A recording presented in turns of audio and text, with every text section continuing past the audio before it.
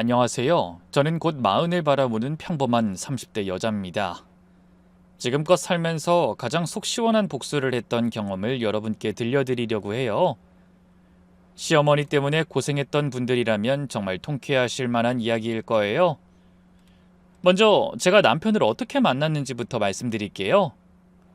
저는 당시 모 대기업에서 대리로 일하고 있었는데요. 돈은 또래 친구들보다 잘 벌었지만 일에 치여 결혼은커녕 연애도 못하고 살았더랬죠. 그래도 딱히 초조하거나 스트레스를 받진 않았어요. 사실 저는 원래 결혼 같은 건 별로 관심이 없었어요. 나름 커리어 우먼으로 살면서 혼자서도 충분히 잘 살고 있다고 생각했죠. 부모님도 미영이 넌 혼자서도 잘 살래니까 굳이 결혼 서둘지 마라 라고 하셨고요. 그런 제가 남편을 만난 건 정말 우연이었어요. 대학 동창들과 술을 마시는 자리에서 옆 테이블에 있던 남자들과 합석을 하게 됐는데요. 그 중 한 남자가 유독 제 눈길을 끌었죠. 키는 좀 작지만 인상이 온화하고 무엇보다 진지한 눈빛이 마음에 들었어요. 중소기업에 다니는 스펙만 놓고 보면 썩 잘난 것도 없는 남자였지만 이상하게 마음이 끌렸죠. 그 남자도 제가 마음에 들었는지 제 연락처를 물어봤고 며칠 뒤 단둘이 밥을 먹지 않겠냐는 전화가 왔는데요. 고민하다가 승낙했거든요. 괜한 짓 하는 거 아닌가 걱정도 됐지만 만나기 전까지 참 설렜고요. 만났을 땐 더 설렜어요. 서로 대화도 잘 통했고요. 그 뒤로도 그 사람과 몇 번 더 만남을 가졌는데요. 어느 날 그가 헤어지기 직전에 제게 그러더군요. 미영 씨, 솔직히 말하면 전 미영 씨만큼 조건이 좋지 않아요. 별 볼 일 없는 회사에 다니고 있고 내세울 만한 뭔가가 있는 것도 아니고 그래도 진심으로 좋은 사람 만나서 행복한 가정 꾸리고 싶거든요. 누구보다 성실하고 좋은 남편, 좋은 아빠가 될 자신도 있고요. 혹시 미영 씨가 그 기회를 주실 수 있을까요? 그 솔직한 모습이 마음에 들었어요. 다른 남자들처럼 허세 부리거나 자랑하지도 않고 있는 그대로의 모습을 보여주는 게 오히려 매력적이었죠. 결국 저는 그 사람과 결혼을 전제로 사귀게 됐어요. 연애 시절은 정말 달콤했어요. 남자친구는 항상 제 일정에 맞춰줬고 제가 야근할 때면 회사 앞까지 와서 기다려주기도 했어요. 특히 제가 회사에서 힘든 일이 있을 때마다 진심으로 위로해주는 모습이 좋았어요. 미영아, 힘들지? 그래도 너는 정말 대단한 것 같아. 나였으면 벌써 포기했을 텐데. 이런 식으로 격려해주면서도 절대 제 일에 간섭하지 않았어요. 오히려 네가 하고 싶은 일을 하는 게 제일 중요해 라며 응원해줬죠. 그렇게 6개월 정도 지나니까 남자친구가 조심스럽게 말하더라고요. 미영아, 이제 우리 부모님께 인사드릴 때가 된 것 같은데 어떨까? 사실 그 전까지 남자친구는 자기 부모님 얘기를 별로 안 했어요. 가끔 우리 엄마가 어떻고 하는 정도였지 구체적인 얘기는 없었거든요. 그래서 저도 궁금하기도 했고 어차피 결혼을 전제로 만나고 있었으니 고심 끝에 좋다고 했죠. 첫 시댁 방문 날 남자친구가 저보다 더 긴장한 것 같았어요. 미영아, 우리 엄마 좀 꼼꼼하시긴 한데 마음은 정말 좋으신 분이야. 너무 걱정하지 마. 괜찮아. 어른들께 인사드리는 거 어려울 게 뭐 있어. 싹싹하게만 굴면 되는데. 남자친구네 집은 역 근처에 있는 구축 아파트였는데요. 현관문을 열자마자 나오신 시어머니를 보는 순간 정말 깜짝 놀랐어요. 사진으로만 봤을 때보다 훨씬 단정하고 온화한 인상이었거든요. 어머나, 네가 우리 태준이가 그렇게 자랑하던 미영이구나. 곱게도 생겼네. 어서 들어와. 추운데 밖에서 뭐해? 시어머니는 제 손을 두 손으로 꽉 잡으시면서 정말 반갑게 맞아주셨어요. 그 따뜻한 손길에 제 긴장도 많이 풀렸죠. 거실로 들어가니 이미 상이 가득 차려져 있었어요. 갈비찜부터 시작해서 각종 나물, 전, 심지어 남자친구 어머니가 직접 만들었다는 수제 아이스크림까지 정말 정성이 가득했어요. 어머님, 혼자 이걸 다 준비하신 거예요? 그럼 내가 솜씨 좀 부려봤지. 죄송해요. 괜히 저 때문에. 이렇게까지 안 하셔도 되는데. 뭔 소리야? 우리 며느리 될 사람이 처음 오는데 이 정도는 해야지. 자, 어서 앉아서 많이 먹어. 아우, 다 좋은데 넌 너무 말랐다, 얘. 남자친구 어머님은 정말 친딸을 대하듯 저를 챙겨주셨어요. 밥 먹는 내내 제 그릇에 반찬을 계속 올려주시고 이것저것 안부도 물어보셨죠. 미영아, 회사에서 일이 많이 힘들지? 요즘 여자들도 직장 다니기 쉽지 않을 텐데. 괜찮아요, 어머님. 제가 하고 싶었던 일이라서 힘들어도 보람 있어요. 어머, 우리 며느리 될 사람이 이렇게 당차니까 든든하네. 태준아, 너 정말 복 받은 거야. 요즘 세상에 어디서 이렇게 예쁘고 똑똑한 아가씨를 만나겠니? 그 말에 남자친구가 환하게 웃으면서 대답했어요. 엄마, 저도 그렇게 생각해요. 제가 복 받은 놈이죠. 식사 후에는 남자친구 어머니와 단둘이 차를 마시는 시간이 있었어요. 남자친구는 아버지와 함께 잠깐 다른 방으로 가고 저는 남자친구 어머니와 거실에서 대화했죠. 그런데 이때부터 남자친구 어머니의 질문이 좀 구체적으로 바뀌기 시작했어요. 미영아, 너 대학교는 어디 나왔니? 우리 태준이가 말을 안 해줘서. 아, 땡땡대 나왔어요? 어머, 땡땡대? 우리 태준이보다 훨씬 좋은 학교 나왔네. 역시 똑똑해 보이더라니. 공부 잘했구나. 아, 네, 뭐. 한참 제 칭찬을 하던 남자친구 어머니는 조금 더 노골적인 질문을 하셨어요. 미영아, 너 혹시 월급은 얼마나 받니? 대기업 다니면 많이 받을 텐데. 아, 그냥 평범하게 받아요. 평범하게? 평범이 어느 정도인데? 우리 태준이보다 많이 받지? 계속 구체적인 액수를 물어보시는데 솔직히 좀 당황스러웠어요. 그래서 어쩔 줄 몰라 하며 어색한 웃음만 흘렸는데 바로 그때 방에 있던 남자친구가 다시 거실로 나왔어요. 저희가 나누는 대화가 들렸는지 바로 끼어들더군요. 엄마, 그런 걸 왜 물어봐요? 뭐 어때? 궁금하잖아. 요즘 시대 여자가 돈 잘 벌면 좋은 거지. 그 말을 하실 때 남자친구 어머니 눈에서 뭔가 반짝이는 게 보였어요. 그때는 어머님이 제 능력을 인정해 주시는구나 정도로만 생각했는데요. 지금 돌이켜보니 이미 머릿속에서 열심히 계산기를 두드리고 계셨던 것 같아요. 제가 아들짝으로 괜찮은 여잔지 아닌지 말이죠. 이후 만날 때마다 남자친구 어머니는 제 직장과 집안 형편에 대해 계속 물어보셨어요.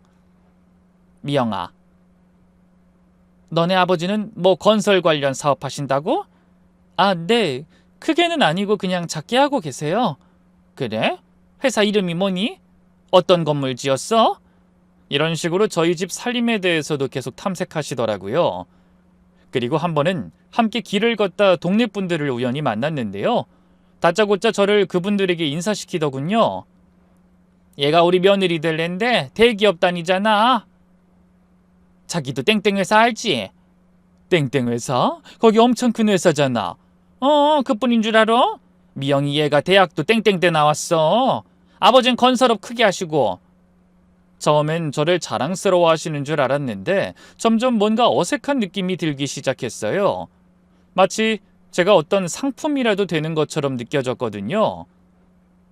그래도 어쨌든 제게 잘해주셨고 무엇보다 남자친구를 사랑했기에 결혼 준비를 본격적으로 시작했어요. 다행히 저희 부모님도 남자친구를 마음에 들어 하셨고요. 양가 상견례도 화기애애하게 진행됐어요.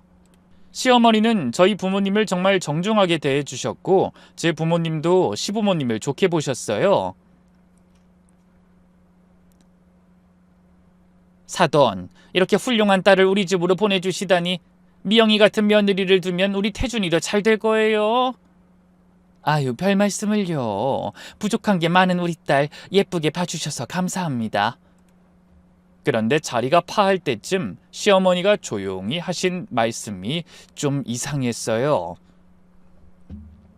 솔직히 말하면 우리 태준이가 미영이보다는 조건이 좀 못 미치잖아요.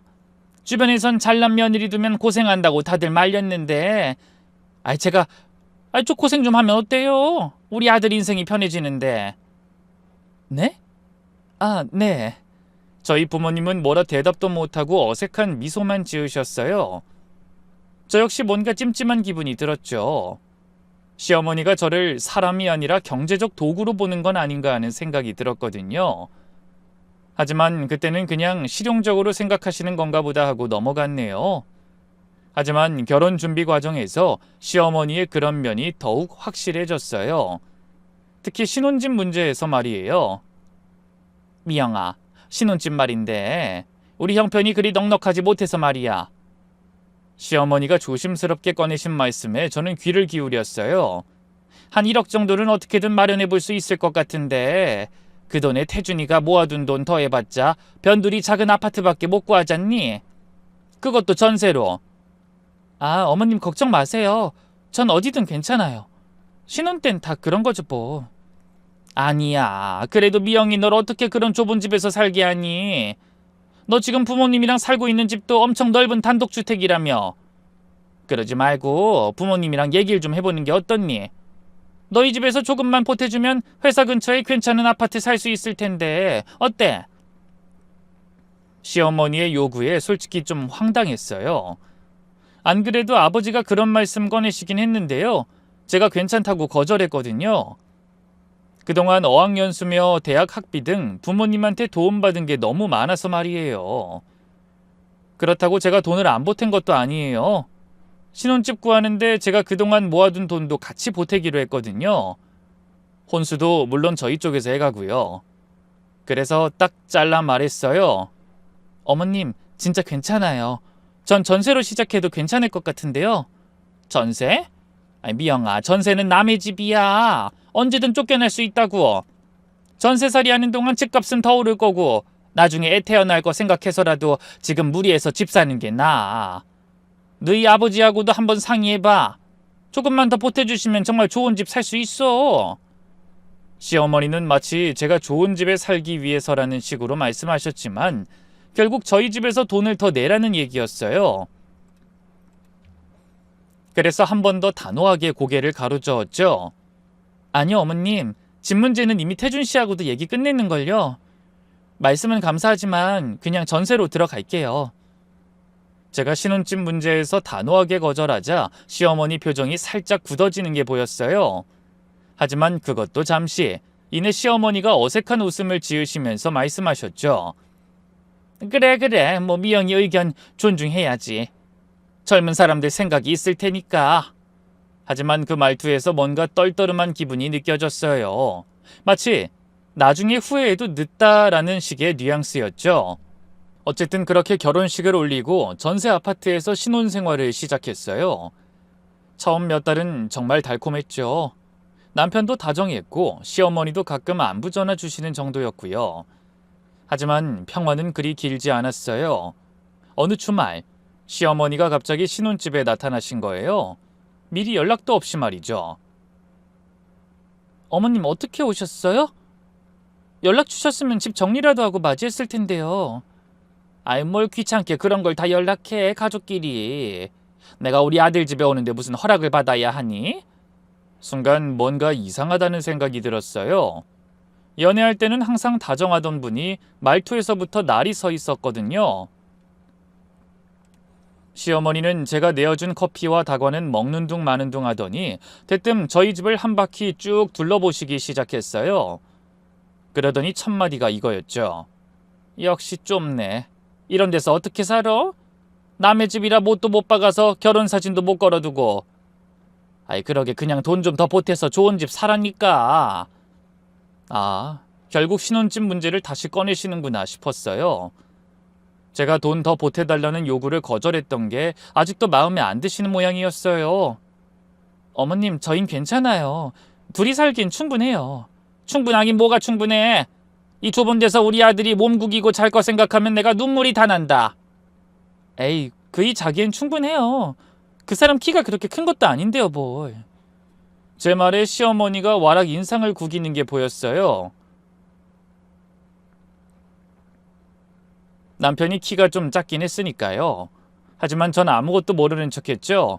그러자 더 열이 받은 걸까요? 시어머니가 집 곳곳을 훑어보시더니 이런저런 지적을 하기 시작했어요. 미영아, 이 그릇들은 왜 이렇게 놔뒀어? 찬장에 넣어야지. 아, 어제 설거지하고 말리려고 그냥 놔뒀어요. 그래도 정리는 해야지. 신혼집이 이게 뭐니? 그리고 이 수세미는 언제 바꾼 거야? 이렇게 더러우면 어떡해? 사실 그냥 평범한 신혼집이었어요. 특별히 더럽지도 깨끗하지도 않은 그냥 평범한 상태였는데 시어머니 눈엔 모든 게 마음에 안 드시는 것 같았어요. 설거지는 그이 담당이라 수세미 좀 새로 사라고 얘기할게요. 아니다, 이참에 지금 사줘 뭐. 여보, 나가서 수세미 좀 사와. 제 말에 소파에 앉아있던 남편이 벌떡 일어났어요. 신혼 때라 남편이 제 말은 머슴처럼 잘 들었거든요. 갑자기 수세미 사오라고? 응, 그 어머님 보시기에 너무 더러운가 봐. 이참에 우리 먹을 과일이나 이런 것도 좀 사오고. 그래, 알겠어. 남편이 나갈 채비를 하자 시어머니가 이게 아닌데 하는 표정으로 입을 열었어요. 아니, 그걸 왜 태준이가 사러 가? 제가 어제 퇴근길에 다리를 좀 다쳤거든요. 보란듯이 시어머니 앞에 발목 보호대를 찬 다리를 내밀었어요. 사실 그렇게 크게 다친 것도 아니었는데요. 시어머니 하는 꼴이 얄미워서 핑계를 댄 거였죠. 됐다, 뭐 급한 것도 아니고 나중에 사. 왜요? 수세미 더러워서 속상하시잖아요. 그럼 안 되죠. 뭐해 여보, 얼른 사와. 조금만 기다려. 그렇게 남편이 수세미를 사러 나갔고요. 시어머니는 못마땅한 눈길로 저를 쏘아보기만 하더군요. 애써 웃음을 삼키며 시어머니에게 다시 커피를 내밀었어요. 어머님, 커피 다 식겠어요. 얼른 드세요. 그래. 근데 미영아, 우리 태준이 아침에 뭐 해줬어? 토스트랑 계란 후라이 해줬어요. 토스트? 그게 밥이야? 아이, 신혼인데 제대로 된 한식을 해줘야지. 태준이 일하느라 안 그래도 힘들 텐데 그렇게 빵 쪼가리로 때우면 어떡해? 그러더니 시어머니는 제 대답을 듣지도 않고 냉장고 쪽으로 다가갔어요. 미영아, 냉장고 한번 보자. 시어머니는 허락도 없이 냉장고 문을 열어보셨죠. 그 안에는 김치, 밑반찬 몇 개, 우유, 계란 정도가 들어있었어요. 이게 뭐야? 반찬이 이게 다야? 아니, 신혼집 냉장고가 이렇게 비어있으면 어떡해? 어머님, 저희 둘이서 먹기엔 충분한데요. 필요한 것만 그때그때 사서 먹고 있어요. 아니, 충분하긴 뭐가 충분해. 안 그래도 우리 태준이 입도 짧은데. 너 설마 요리할 줄 모르니? 기본적인 건 할 줄 알아요. 기본적인 게 뭐야? 뭐 된장찌개, 김치찌개, 불고기 이런 거 다 할 줄 알아? 네, 그 정도는 해요. 그럼 왜 안 하고 아침에 빵을 먹여? 냉장고는 텅 비어있고? 사실 저도 남편도 평일엔 회사에서 늦게 들어오니까 간단하게 먹고 주말에나 제대로 된 음식을 해먹곤 했어요. 남편도 그걸로 만족해 했고요. 그런데 시어머니는 그게 이해가 안 되시는 것 같았어요. 미영아, 혹시 너 집에 언제 들어와? 보통 7시 반에서 8시 사이에 들어와요. 8시? 그럼 태준이는? 6시 반쯤 들어와요. 그럼 태준이가 혼자서 1시간 반이나 기다리는 거네? 그동안 뭐 먹고 있어? 자기 혼자 알아서 밑반찬 꺼내서 차려 먹죠. 아니면 시켜 먹거나. 전 보통 회사에서 먹고 들어오거든요. 시켜 먹는다고? 아니, 그게 말이나 돼? 우리 아들이 회사에서 하루 종일 고생하고 들어왔는데 배달 음식으로 저녁을 때우라는 거야? 시어머니의 목소리가 점점 높아졌어요. 하지만 저도 만만한 사람이 아니었죠. 어머님, 저도 일하느라 힘들어서요. 그리고 요즘 배달 음식이 얼마나 잘 돼 있는데요. 기가 막혀서. 일하느라 힘들다고? 미영아, 결혼했으면 이제 아내 역할 해야지. 남편보다 늦게 들어오면서 밥도 안 차려주고 그럼 언제 아내 노릇하려고 그래? 그리고 아까도 말하다 말려고 했는데 설거지가 왜 태준이 담당이니? 나 개손에 물 한 방울 안 묻히고 키웠어.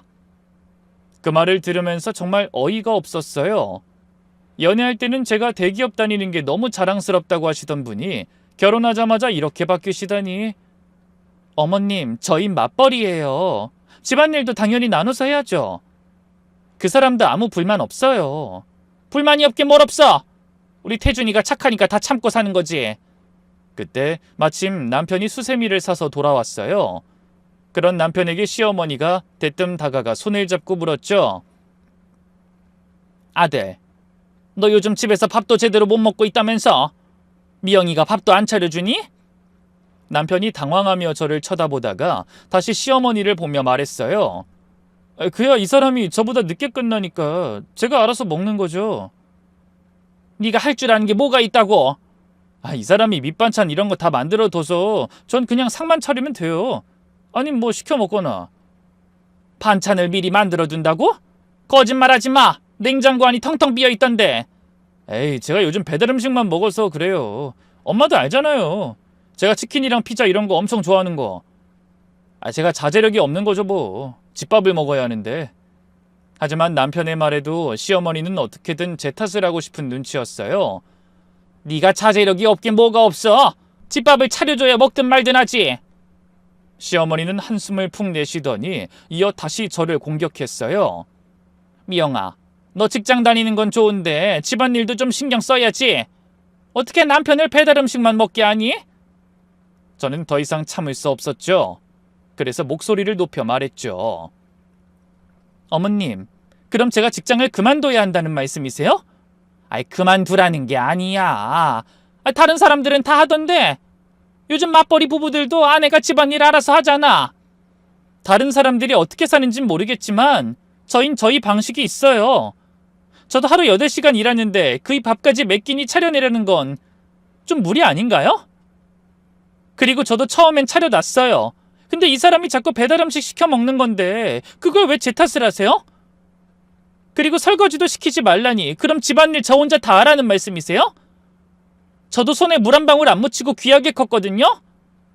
제가 따박따박 따지고 들자 시어머니의 얼굴이 울그락불그락해졌어요. 너 지금 나한테 대드는 거니? 내가 널 시집살이 시키기로 해서 뭘 했어? 남편 밥 좀 차리라는 게 그렇게 두 눈 똑바로 뜨고 대들 일이야? 요즘 며느리들 참 편하게 산다. 똑같은 맞벌인데 누가 누구 밥을 차려줘요. 시대가 바뀌었다고요. 그때 남편이 당황하며 절 말렸어요. 미영아, 너무 그렇게 말하지 마. 뭘 너무 그렇게 말해? 난 잘못한 거 없어. 그래도 그만해. 엄마도 그만하고 이만 가세요. 하지만 시어머니는 어지간히도 화가 났는지 자신을 말리는 남편의 손을 뿌리쳤어요. 그리고는 성을 내며 다시 입을 열었죠. 미영아, 네가 아무리 돈을 잘 벌어도 결혼했으면 아내 역할은 해야 하는 거야. 그게 싫으면 결혼을 하지 말았어야지.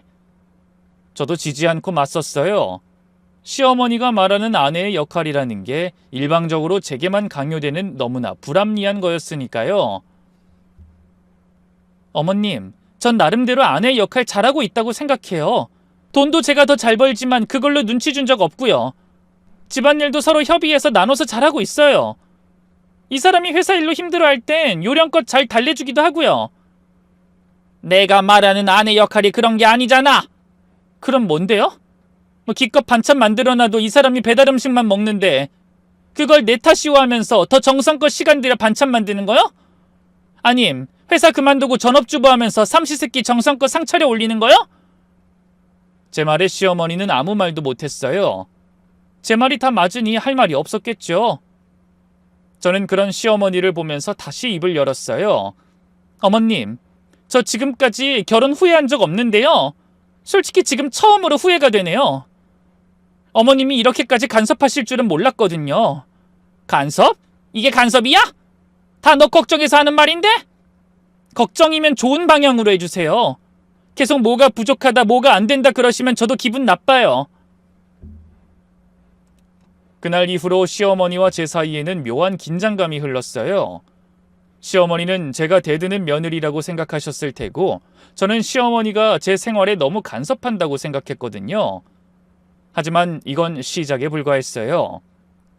시어머니의 간섭은 점점 더 구체적이고 집요해졌거든요. 일주일 후 시어머니가 또 불쑥 집에 오셨어요. 미영아, 집에 있니? 현관문을 열자마자 들어오시더니 냉장고부터 확인하셨어요. 또 이게 뭐야? 일주일 전이랑 똑같네? 미영아, 너 정말 살림할 생각이 없구나. 어머님, 저흰 필요한 것만 사서 먹어요. 음식 남기는 것보다 낫잖아요. 음식 남기는 것보다 낫다고? 우리 아들이 제대로 된 집밥 한 번 못 먹어보고 있는데? 그뿐인가요? 시어머니는 이번엔 화장실까지 확인하러 가셨어요. 미영아, 이 화장실은 왜 이렇게 더러워? 변기 청소는 언제 했어? 어제 했는데요. 어제 했는데 벌써 이래? 매일 해야지 매일. 어머님, 너무 심하신 거 아니에요? 변기를 매일 닦는 사람이 어딨어요? 심하긴 뭐가 심해? 깨끗하게 사는 게 기본이지. 저는 시어머니가 어디까지 하나 보자 하는 심정으로 지켜만 봤어요. 그러자 시어머니는 기어코 저희 부부 침실까지 들어가서 이불 상태를 확인하더군요. 미영아, 침실 이불은 왜 안 개놨어? 아침에 일어나자마자 정리해야지. 출근하느라 바빠서요. 바빠서? 이불 개는데 몇 분이나 걸린다고. 그리고 우리 태준이 와이셔츠는 잘 다려주고 있니? 설마 구겨진 채로 입고 다니는 건 아니지? 세탁소에서 알아서 해줘요. 세탁소에서? 아이고, 돈 아깝다. 집에서 하면 되는 걸. 그뿐만이 아니었어요. 그쯤 남편이 회사 일로 스트레스를 받아서 살이 빠지기 시작했는데요. 시어머니는 그걸 또 제 탓을 했어요. 미영아, 우리 태준이 요즘 살이 빠진 것 같은데 너 제대로 챙겨주고 있는 거 맞아? 네, 잘 챙겨주고 있어요. 잘 챙겨주긴 뭘 잘 챙겨줘? 내가 보기엔 예전보다 헬스케졌어. 회사 일 때문에 스트레스 받아서 그래요. 병원에선 살 좀 빠지는 게 건강에는 더 좋다고 그랬으니까 걱정 마세요. 하지만 시어머니는 제 말을 듣지도 않았고요. 더욱 구체적인 요구를 하기 시작했어요. 미영아, 아침은 제대로 된 한식 해줘야 해. 밥에 된장찌개, 김치, 계란말이 이런 걸로 말이야. 어머님, 저희 둘 다 아침에 시간이 없어서요. 그리고 그이도 아침엔 빵 먹는 게 더 좋대요. 그래도 밥을 먹여야지. 시간이 없으면 일찍 일어나고. 다른 며느리들은 다 하는데 너만 못하는 게 말이 돼? 그때 저는 더 이상 참지 않기로 했어요. 어머님, 다른 며느리들 얘긴 그만하세요. 저는 저예요. 그리고 저도 일하는 사람이라고요. 일한다고 해서 아내 역할 안 해도 된다는 법이 없어. 그럼 남편 역할은 뭐예요? 왜 아침은 무조건 여자가 차려야 하는 건데요? 그러자 시어머니의 표정이 또다시 급변했어요. 너 지금 나한테 또 말대꾸 하는 거야? 말대꾸가 아니라 제 의견을 말하는 거예요. 저한테도 말할 권리는 있잖아요. 권리? 며느리가 시어머니한테 권리를 주장해? 네. 저도 사람이니까요. 당연히 권리가 있죠. 그날 시어머니는 화가 나서 그냥 나가셨는데요. 한 며칠 연락이 없다가 그 뒤로는 또 비슷한 일의 반복이었어요. 저는 점점 스트레스를 받기 시작했는데요. 더 심각한 건 남편의 태도였어요. 처음에는 마냥 제 편을 들더니 나중엔 점점 스트레스를 받는지 저한테 참으라고 하더군요. 일 키우지 말라면서요. 우리 엄마 앞에선 그냥 내내 하면서 다 져주면 안 돼? 왜 자꾸 이기려 들어? 내가 언제 이기려 들었다고 그래? 어머님이 나 어떻게 괴롭히는지 다 봤잖아. 근데 말려주진 못할 망정 지금 내 탓하는 거야? 내가 말려봤자 더 상황만 악화되잖아. 모른 척하는 수밖에 없지. 그렇게 자기만 쏙 빠져나가는 게 얼마나 얄밉던지요. 배신감도 들었어요. 연애할 땐 미영이가 하고 싶은 일 하는 게 제일 중요해 라고 하던 사람이 결혼하자마자 이렇게 바뀌다니. 하지만 이게 끝이 아니었어요. 진짜 전쟁은 이제부터 시작이었거든요. 결혼한 지 1년쯤 됐을 무렵 갑작스럽게 이사를 가게 됐어요. 저희 아버지가 투자용으로 갖고 있던 아파트가 한 채 있었는데요. 세입자가 갑자기 나가게 되면서 공실이 된 거예요. 안 그래도 제가 허름한 전세 아파트에 사는 걸 마음에 안 들어 하셨던 아버지는 그 집에 저희더러 들어와 살라고 하더군요. 처음엔 됐다고 거절했는데요. 부모님이 하도 간곡하게 권하시고 저도 집을 그냥 공실로 두는 게 아까워 들어가 살기로 했어요. 전에 살던 아파트보다 평수도 훨씬 큰 신축 아파트였죠. 그런데 이사한 지 얼마 안 돼 추석 준비를 위해 시댁에 갔을 때였어요. 시어머니가 저를 부엌으로 불러내더니 이런 말씀을 하시는 거예요. 미영아, 내가 하나 제안이 있는데. 네, 뭔데요? 우리 같이 살면 어떨까? 순간 귀를 의심했어요. 갑자기 합가 얘기를 꺼내시다니. 네? 같이 산다고요? 그래, 생각해보니까 너희들 다 일하느라 바빠서 제대로 된 생활 못하고 있잖아. 내가 같이 살면서 챙겨주면 좋을 것 같아서. 우리 아들이랑 같이 살고 싶기도 하고. 시어머니의 눈빛이 예사롭지 않았어요. 뭔가 계획이 있다는 느낌이었죠. 어머님, 갑자기 왜 그런 말씀을... 갑자기가 아니야. 오래전부터 생각하고 있었어. 자식이 부모 모시고 사는 게 당연한 거 아니냐? 그동안은 너희들 신혼 좀 즐기라고 배려했던 건데 이젠 너희 시아버지도 그렇고 나도 너희들하고 같이 살고 싶구나. 시어머니는 마치 제가 당연히 승낙할 거라는 듯이 말씀하셨어요. 그리고 미영이 너도 직장 다니느라 힘들잖아. 집안일 걱정 없이 일만 하면 되니까 얼마나 좋아. 내가 다 해줄게. 그 말을 들으면서 소름이 끼쳤어요. 시어머니가 집안일을 다 해준다고요? 지금까지 제 살림살이에 간섭만 하시던 분이요? 어머님, 괜찮아요. 저흰 지금도 잘 살고 있어요. 잘 살긴 뭘 잘 살아. 냉장고 맨날 비어있고 우리 태준이는 배달 음식으로 끼니 때우고 그게 잘 사는 거야? 시어머니의 목소리가 점점 높아졌어요. 솔직히 말해서 너 혼자선 살림 제대로 못하잖아. 내가 옆에서 도와줄게. 집도 큰데 방 하나 내어주는 게 뭐 그리 어렵니? 그 순간 깨달았어요. 시어머니는 저희 부모님이 해주신 집이 탐나는 거였어요. 저는 명확하게 선을 그어야겠다 싶었죠. 어머님, 감사한 말씀이지만 저흰 독립해서 살고 싶어요. 독립? 미영아, 독립이 뭔지 알아? 혼자 다 해낼 수 있을 때 독립이라고 하는 거야. 지금 너처럼 남편 굶기면서 사는 게 독립이야? 제가 거절하자 시어머니의 말이 점점 공격적으로 변했어요. 그리고 우리 태준이도 엄마랑 같이 살고 싶어 할걸? 어릴 때부터 엄마랑 떨어져 산 적이 없거든. 타이밍 좋게 그때 남편이 부엌으로 들어왔어요. 둘이서 무슨 얘기예요? 남편이 부엌으로 들어오자 시어머니가 환한 미소를 지으며 말씀하셨어요. 태준아, 잘 왔다. 엄마가 너희랑 같이 살면 어떨까 해서. 남편은 저와 시어머니를 번갈아 보더니 당황한 표정을 지었어요. 엄마, 갑자기 그게 무슨 말씀이세요? 갑자기가 아니야. 너희들 다 바쁘게 살아서 제대로 된 가정생활 못하고 있잖아. 엄마가 옆에서 챙겨주면 좋을 것 같아서. 남편은 잠시 고민하는 듯 하더니 조심스럽게 입을 열었어요. 엄마, 마음은 고맙지만 저희는 아직 신혼이기도 하고요. 좀 더 둘이서만 지내고 싶어요. 시어머니 얼굴이 순간 굳어졌어요. 둘이서만? 태준아, 너 엄마보다 마누라가 더 좋다는 소리니? 그런 게 아니라... 엄마, 죄송해요. 아직 합가는 이른 것 같아요. 나중에 시간 되면 이 사람이랑 다시 상의해 볼게요. 남편이 애매하게 넘어가려 하자 시어머니는 더욱 언성을 높이셨어요. 시간이 되면? 언제까지 기다려야 하는데? 나도 네 아버지도 점점 늙어가고 있는데.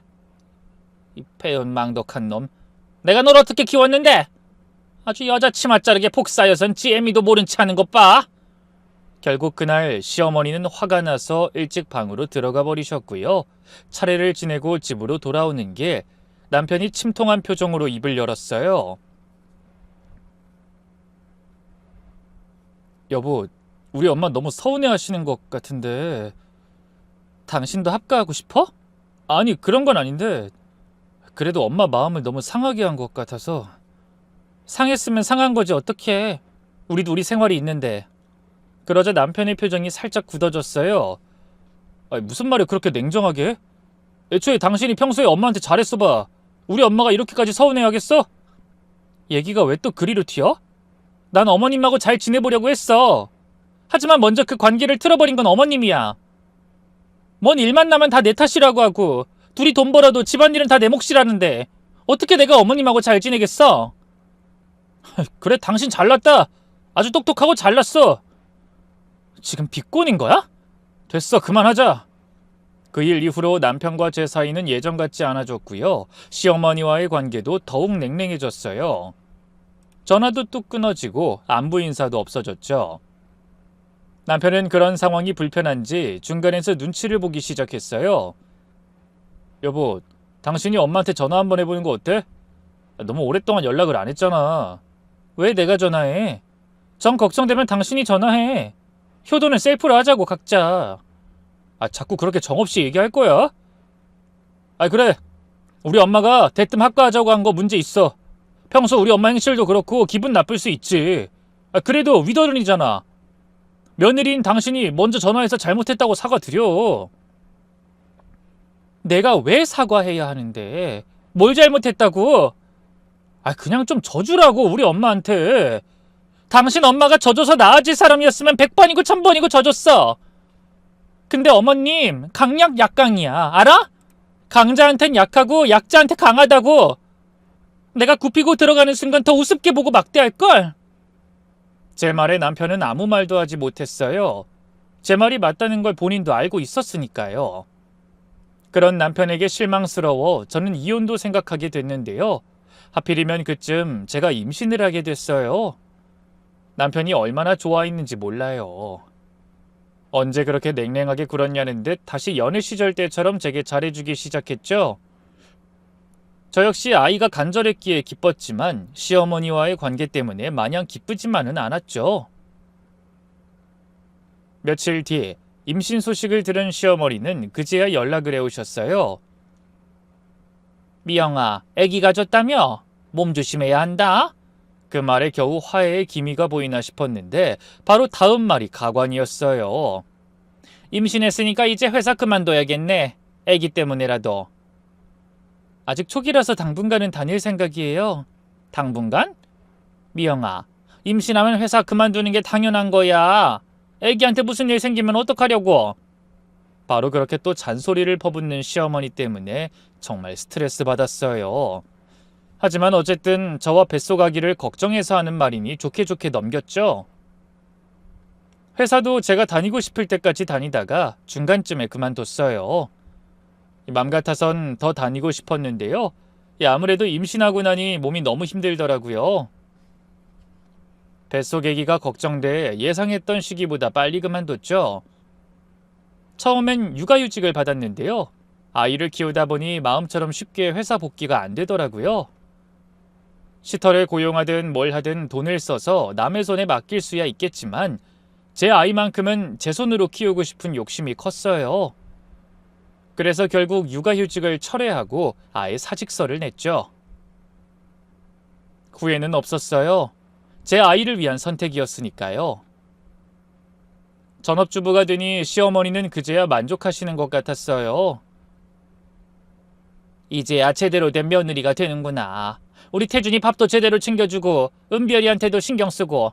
알았지? 네, 걱정 마세요, 어머님. 아닌 게 아니라 제가 뭘 하나 하면 완벽하게 해내야 직성이 풀리는 성격이거든요. 기왕 전업주부가 된 거 완벽한 1등 엄마, 1등 아내가 되고 싶었어요. 그래서 딸아이를 낳고 나서는 정말 정성껏 남편을 챙겼어요. 새벽에 일어나서 도시락도 싸주고 저녁에는 반찬 여러 가지를 정성껏 만들어 상을 차렸죠. 그뿐인가요? 따로 보약도 다려 먹였네요. 남편이 회사 일 때문에 너무 스트레스 받아 했거든요. 남편은 물론이고 시어머니도 그런 제 모습에 기뻐하더군요. 역시 집에서 살림만 하니까 달라지네. 우리 태준이가 요즘 살도 오르고 얼굴도 좋아졌어. 솔직히 제 행실보다는 본인이 원하던 고분고분한 며느리가 됐다고 생각해서 기뻐하시는 것 같았는데요. 그때 아이가 제 1순위였기 때문에 그냥 별말 없이 조용히 넘어갔어요. 제가 쌈딱도 아니고 구태여 시어머니한테 시비를 걸고 싶진 않았으니까요. 하지만 평화는 그리 오래가지 않았어요. 아이가 2돌이 될 무렵 갑자기 친정에서 연락이 왔어요. 엄마가 쓰러지셨다는 거였죠. 원인은 뇌출혈이었어요. 다행히 골든타임을 지켜 생명인 지장이 없었지만 당분간 병원에 입원해야 한다고 하더군요. 맘 같아선 제가 엄마 곁을 지키고 싶었는데요. 이미 결혼해 가정을 꾸린 몸이다 보니 쉽지 않았어요. 딸아이도 아직 어렸고요. 걱정 마라. 이 애비가 있잖아. 아빠도 일해야 하잖아. 정 안 되면 간병인 구해야지. 넌 아무 걱정 말고 네 가정이나 신경 써. 처음엔 아버지가 엄마를 병구안했는데요. 아무래도 일이 있으니 쉽지 않은 눈치였어요. 결국 따로 간병인을 구하셨죠. 그런데 설상가상으로 그쯤 아버지 사업도 어려워지기 시작했어요. 거래처에서 갑자기 계약을 파기하면서 큰 손실을 보게 된 거예요. 미영아, 너 아무래도 병원 오긴 힘든 거냐? 요즘 너희 아버지도 사업 수습한다고 바쁘고 돈이 없으니 간병인비도 계속 밀리고 상황이 말이 아니야. 친척 언니의 전화를 받고 마음이 얼마나 무거웠는지 몰라요. 제가 알던 것보다 친정 사정이 더 안 좋은 상태였더라고요. 그때부터 저는 친정을 자주 오가기 시작했어요. 엄마 간병도 해야 하고 아버지도 챙겨야 했거든요. 자연히 집안일에 소홀해질 수밖에 없었죠. 아침에 남편 밥도 못 챙겨주는 날이 많아졌고 딸아이도 이웃집 엄마들에게 부탁하는 경우가 늘었어요. 다행히 다들 제 사정을 안타깝게 여기며 저희 딸을 기꺼이 보살펴줬죠. 하지만 정작 제일 가까운 사람인 남편은 저를 이해해주지 못했어요. 그날도 엄마 병간호를 하다가 집에 늦게 들어왔는데요. 남편이 뒤늦게 퇴근해서 제게 그러더군요. 당신 있었네? 응, 지금 막 들어왔어. 저녁은? 나 배고픈데. 저희 엄마 상태가 어떤지 묻지도 않고 대뜸 밥부터 차리라는 남편의 말에 화가 났어요. 그래서 퉁명스레 이야기했죠. 나도 힘들어. 난 안 먹을 거니까 당신 혼자 차려 먹어. 나 혼자 차려 먹으라고? 나도 지금 일 끝나고 와서 힘들어 죽겠거든. 그럼 라면이라도 끓여 먹든지. 참나. 일하고 와서 내 손으로 라면까지 끓여 먹어야 해? 장모님 병원비도 내가 내주고 있는데? 아버지 사업이 어려워지면서 병원비가 좀 밀렸거든요. 그래서 어쩔 수 없이 남편에게 돈 좀 보태달라 했는데 그걸로 자기가 다 병원비를 낸 양 생색을 내더군요. 남편은 이때다 싶었는지 제게 계속 따지고 들었어요. 말이 나와서 말인데 당신 대체 언제까지 친정이랑 병원만 들락달락거릴 건데? 집안 꼴 좀 봐. 돼지우리가 따로 없잖아. 난 밥도 계속 시켜 먹고 은별이도 남의 손에 맡기고 대체 이게 뭐야? 남편의 목소리에서 불만이 느껴졌어요. 그럼 뭐 어떡해. 엄마가 아픈데 간병을 안 할 순 없잖아. 그렇다고 집을 이렇게 팽개쳐도 돼? 팽개친 게 아니라 어쩔 수 없는 상황이잖아. 좀 이해해줘. 하지만 남편은 이해하려 들지 않았어요. 계속해서 투덜거리며 불만만 쏟아내더군요. 그런 일이 며칠 반복되자 결국 시어머니가 나타나셨어요. 화가 잔뜩 난 얼굴로 말이죠. 미영아, 내가 왜 왔는지 알지? 글쎄요. 어쩐 일로 또 연락도 없이 오셨어요? 내가 안 와보게 생겼니? 우리 태준이가 집에서 제대로 된 밥 한 끼 못 먹고 있는데? 남편이 일러 바친 게 분명했어요. 그놈의 밥밥밥! 정말 지긋지긋하더군요. 어머님, 아시다시피 친정 엄마가 많이 아프셔서 간병을 해야 하는 상황이라 그놈의 간병을 대체 언제까지 할 건데? 미영아, 너 결혼한 여자야. 이미 출가 외인이라고. 너 지금 누가 우선이야? 친정엄마야, 남편이야? 시어머니의 날카로운 질문에 저는 할 말을 잃었어요. 어머님 둘 다 소중하죠. 하지만 엄마가 아프신데 하지만은 뭐가 하지만이야? 결혼했으면 남편이 우선이어야지. 시어머니는 목소리를 높이며 저를 몰아세웠어요. 내가 들어보니까 우리 태준이 며칠째 라면으로 때우고 있다며? 어떻게 그럴 수가 있니? 너 지금 일도 안 하고 우리 아들 돈으로 먹고 살면서 전업주부가 그래도 돼? 어머님, 정말 어쩔 수 없는 상황이었어요. 엄마 혼자 계시는데 어쩔 수 없는 상황. 간병인을 쓰든지 아니면 요양원에 모시든지 방법이 있잖아. 너희 사업 망했다고 했지? 그래서 그럴 돈도 없는 거니? 그때부터 시어머니는 작정하고 저희 친정의 경제적 상황을 캐묻기 시작했어요. 미영아, 솔직히 말해봐. 너희 아버지 사업 완전 망한 거지? 망한 건 아니고 좀 어려운 상황이에요. 어려운 상황? 그럼 이 집은 어떻게 되는 거야? 이 집이요? 이 집 너네 아버지 명의 아니야? 사업 망하면 이 집도 넘어가는 거 아니야? 시어머니의 말에 기가 막혔어요. 저희 친정 사정을 뻔히 알면서 이 집 걱정이나 하고 있는 게 그렇게 속물적일 수 없더군요. 아직은 그런 단계는 아니에요. 아직은? 그럼 언젠간 그렇게 된다는 소리잖아. 시어머니는 마치 이런 날이 올 줄 알았다는 듯한 표정을 지었어요. 내가 그럴 줄 알았어. 사업이란 게 얼마나 불안한 거니? 잘 된다고 콧대 세워도 언제 무너질지 알 수 없는 게 사업이란 말이야. 그러게 진작 이 집을 우리 태준이 명의로 바꿔놨어야 하는 건데. 아니지, 아직 안 늦었지? 예, 그러지 말고 이제라도 이 집 팔고 합가하자. 네? 뜻밖의 말에 벙쪄서 되묻자 시어머니가 날카로운 눈빛으로 절 쏘아봤어요. 뭘 멍청하게 쳐다만 봐. 니년이 자꾸 내 아들 밥 굶겼으니 이제 내가 직접 챙겨야겠다고. 시어머니가 소리를 지르며 말했어요. 이 집 언제까지 있을 수 있을지도 모르는 상황에서 빨리 결단 내려야지. 이 집 팔고 우리 집으로 당장 들어와. 어머님, 그건 너무... 뭐가 너무해? 현실을 봐! 현실을! 너희 아버지 사업 망한 상황에서 이 집이라도 빨리 팔아서 정리하는 게 낫지 않겠어? 어머님, 아직 그런 상황까지는... 내가 봤을 땐 이미 늦었어. 너희 아버지가 사업 완전 폭삭 망하기 전에 이 집이라도 빨리 처분해. 한 푼이라도 건져야지. 집을 팔고 합가하자니 제가 미치지 않고서야 그럴 리가 있나요? 하지만 시어미는 계속해서 저희 아버지 사업이 망한 걸 붙잡고 늘어졌어요. 그뿐인가요? 아픈 저희 엄마까지 욕보였죠. 너희 친정 지금 완전히 망한 것 같은데 너희 부모 노후까지 우리 아들이 책임져야 하는 건 아니지? 너희 엄마는 언제까지 병원에 누워있을 거라든? 지금은 부잣집 사모도 아니면서 꾀병도 적당히 부려야지. 꾀병이라뇨? 무슨 말씀을 그렇게 하세요? 아니, 난 괜히 우리 아들 발목 잡는 거 아닌가 싶어서 그러지. 시어머니의 개념 없는 말에 기막혀 하는데 그때 남편이 퇴근해서 들어왔어요. 집안 분위기가 심상치 않자 당황한 표정을 지었죠. 엄마, 무슨 일이에요? 언제 왔어요? 태준아, 잘 왔다. 엄마가 미영이랑 중요한 얘기하고 있었어. 시어머니는 남편에게 상황을 설명했어요.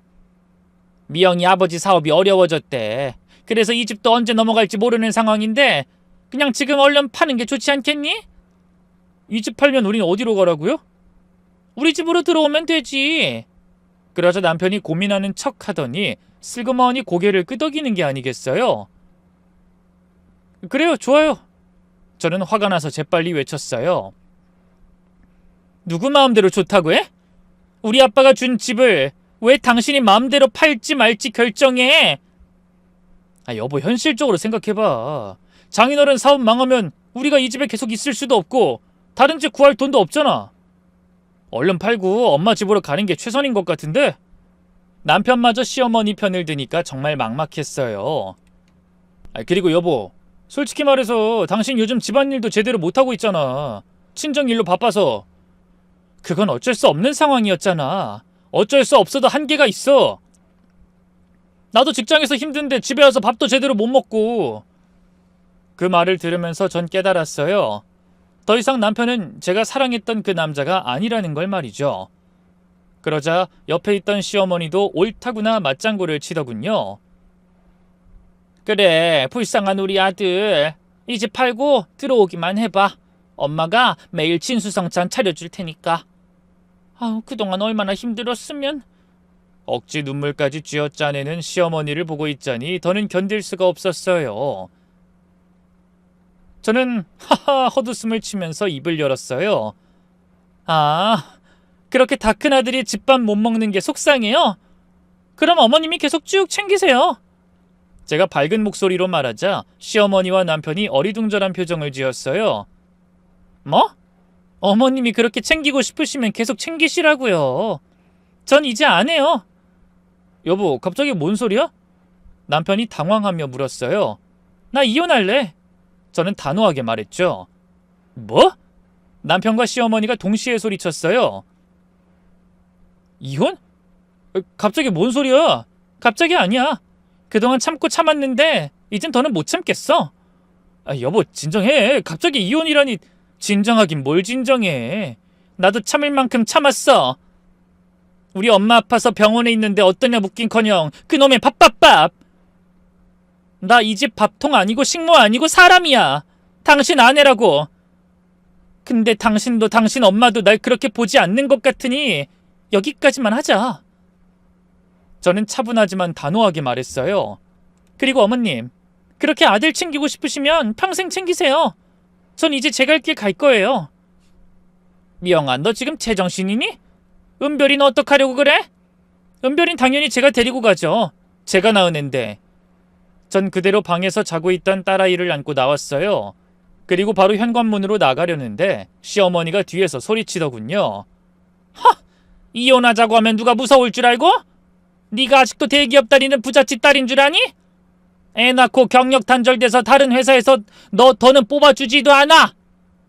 집도 다 망한 주제 대체 무슨 돈으로 애랑 먹고 살 건데? 그건 어머님이 상관할 바 아니죠. 어머님은 앞으로 아들 밥이나 잘 챙기세요. 그렇게 저는 아이를 데리고 친정으로 갔어요. 부모님은 깜짝 놀라셨지만 사정을 들으시고는 제 편을 들어주셨죠. 미영아, 잘했다. 그런 시집살이 더 할 필요 없어. 예비가 어떻게든 도와줄 테니까 걱정하지 마. 아버지의 따뜻한 말씀에 그동안 쌓였던 스트레스가 한꺼번에 풀렸어요.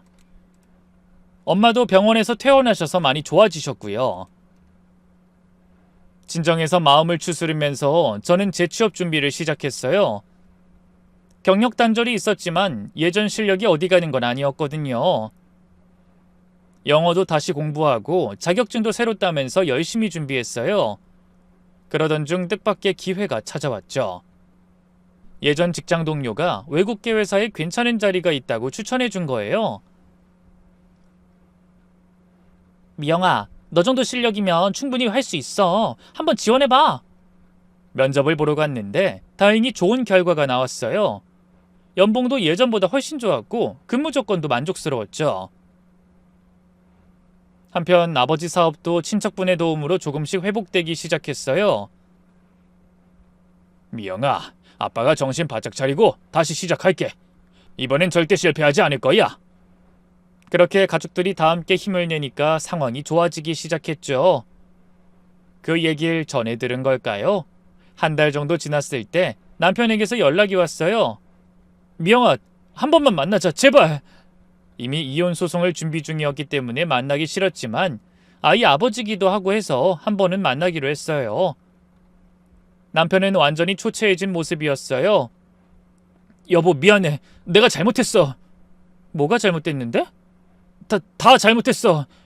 엄마 말만 들었던 것도, 당신을 이해하지 못했던 것도. 제발 돌아와줘. 남편의 사과엔 진정성이 없었어요. 저희 친정 사정이 다시 좋아지고 제가 괜찮은 회사로 이직하고 나니까 태도가 바뀐 게 훤히 보였죠. 이렇게 속물적인 남자를 대체 뭘 보고 결혼까지 했던 건지 스스로가 너무 한심하더군요. 왜? 이제 내가 다시 좋은 회사 다니는 부잣집 딸이 되니까 아깝니? 이미 네 본 모습을 다 알았으니까 썩 꺼져. 여보, 그런 거 아니야. 내가 잠깐 미쳤었나 봐. 우리 엄마 이간질에 넘어가서 당신을 그만... 어머님 핑계 그만 대. 당신은 어머님하고 내가 부딪힐 때 한 번도 내 편이었던 적 없으니까. 남편이 울먹이며 매달렸지만 전 돌아서지 않았어요. 하지만 남편은 결코 포기를 몰랐고요. 며칠 뒤 이번엔 시어머니까지 데리고 나타났어요. 시어머니는 어지간히도 제 아들한테 시달렸는지 절 보자마자 대뜸 무릎부터 꿇었어요. 미영아, 내가 잘못했다. 제발 용서해다오. 어머님이 뭘 잘못하셨는데요? 다 잘못했어. 너를 너무 몰아세웠고 이해하려고 노력하지도 않았고. 이제 와서요? 미영아, 제발. 우리 태준이 너 없으면 안 돼. 요즘 밥도 안 먹고 잠도 안 자고 이러다 큰일 날 것 같아. 시어머니가 울먹이며 말했어요. 그건 저랑 상관없는 일이에요. 어떻게 그렇게 말하니? 그래도 우리 한 가족인데. 가족은 무슨... 전 이제 남남이에요. 제가 단호하게 말하자 시어머니가 더욱 절망적인 표정을 지었어요. 그때 남편이 갑자기 시어머니에게 소리를 지르기 시작했어요. 아이씨, 어쩔 거야, 엄마! 다 엄마 때문이야! 엄마가 자꾸 이 사람 괴롭혀서 이렇게 된 거잖아! 급기야 남편은 제 앞에서 시어머니를 마구 때리기 시작했어요. 엄마 때문에 나 이혼남 되게 생겼다고! 어떻게 책임질 거야! 내 인생 다 망했는데! 남편은 완전히 이성을 잃은 것 같았어요. 제가 말렸지만 남편은 멈추지 않았어요. 태준아, 그만해! 시어머니가 울부짖었지만 남편은 계속 화를 냈죠. 엄마랑 다시는 안 보고 살 거야. 완전 절연이라고! 아버지한테도 그렇게 전해! 남편은 그렇게 말하곤 시어머니를 두고 혼자 가버렸어요. 시어머니는 그 자리에 주저앉아 울기 시작했죠. 내가 뭘 잘못했길래? 그 모습을 보니 좀 안쓰럽기도 했지만 그동안 절 괴롭혔던 일들을 생각하면 동정심이 들지 않았어요. 시어머니는 한참을 더 울다 결국 돌아갔죠. 그 뒤로는 연락이 완전히 끊어졌는데요. 나중에 들어보니 남편은 정말로 시어머니와 절연을 했다고 하더군요. 시어머니는 혼자서 병든 시아버지를 돌보며 쓸쓸하게 지내고 있다 하더라고요. 남편 역시 술에 의존하다 알코올 중독이 돼서 회사도 그만뒀다 하대요. 한편 저는 새로운 삶을 시작했어요. 여전히 회사도 잘 다니고 있고요. 좋은 남자 만나 재혼도 했네요. 제 긴 이야기 들어주셔서 감사합니다. 모두 행복하세요.